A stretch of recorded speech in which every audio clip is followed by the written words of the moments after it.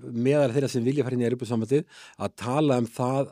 að gera lítið úr þessum tvíhliða varnarsamningi og gera lítið úr okkar NATO-aðild og einhver sérfræðing var ég að lesa sem var álitsgjafi þessi mál að segja það að við þurfum að velja á milli Bandaríkjanna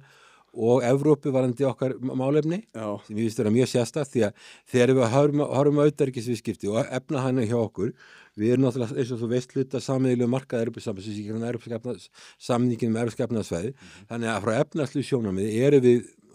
mjög tengd Evrópusambandinu og þurfum að halda því áfram í öryggismálum og pólitískt þá höfum við mjög lengi alveg frá sjálfstæði verið mjög tengd Bandaríkjunum og við erum með varnarsamningur svona rammasamningur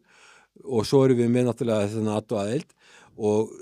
ég held að stjórnmálamenn þurfa að fara mjög varlega til dæmis þegar forsætisráðherra tala að fara að hringja og tala við Donald Trump það sé mjög ásamt ég held að sé mjög ásamt þegar utanríkisráðherrann fer að tala það Ég hugsaði þegar Kristrún sagði að ég ætla að fara að hringja Donald Trump og ég hugsaði bara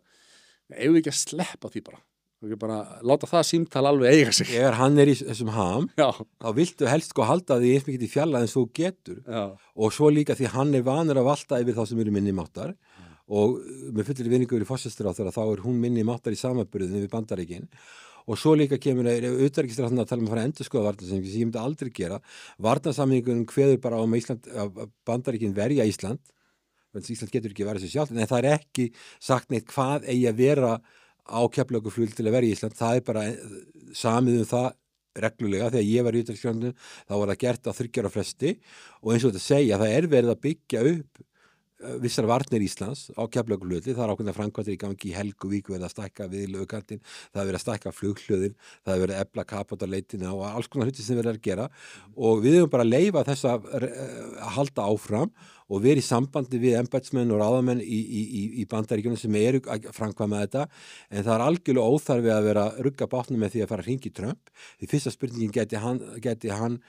hans geti verið svo hvenær ætli að fara að borga 5% af verkefni landsframleiðslu til varnarmála og það eru 220 milljarðar ári og það svolítið stór biti og það þurfa að breyta íslensku samfélagi í grundvallaratriðum þannig að menn þurfa að vera svolítið með einhverja raunstæði stefnu varnarsamningurinn okkar, hann bara í góðu lagi eins og hann ég myndi aldrei biðja endurnýjun á honum, því þá kæmi leið upp hugmyndur að við þurfum að borga í þessu það sem Bandaríkjamenn kalla cost sharing kom ekki nálægt þessu, þannig að við eigum bara að taka í rólega, við erum með ágætið samband við Evrópusambandið og það út frá viðskiptalegu sjónarmiði við erum með mjög svona þokkalega gott samskipti Bandaríkin og við þurfum að halda því eins óbreytt eins og hægt Svo eigum við að hafa eins gott samskipti við Kína eins og hægt þannig að smáríki haga sér og við hefðum aldrei átt að loka sendiráðinu í Rússland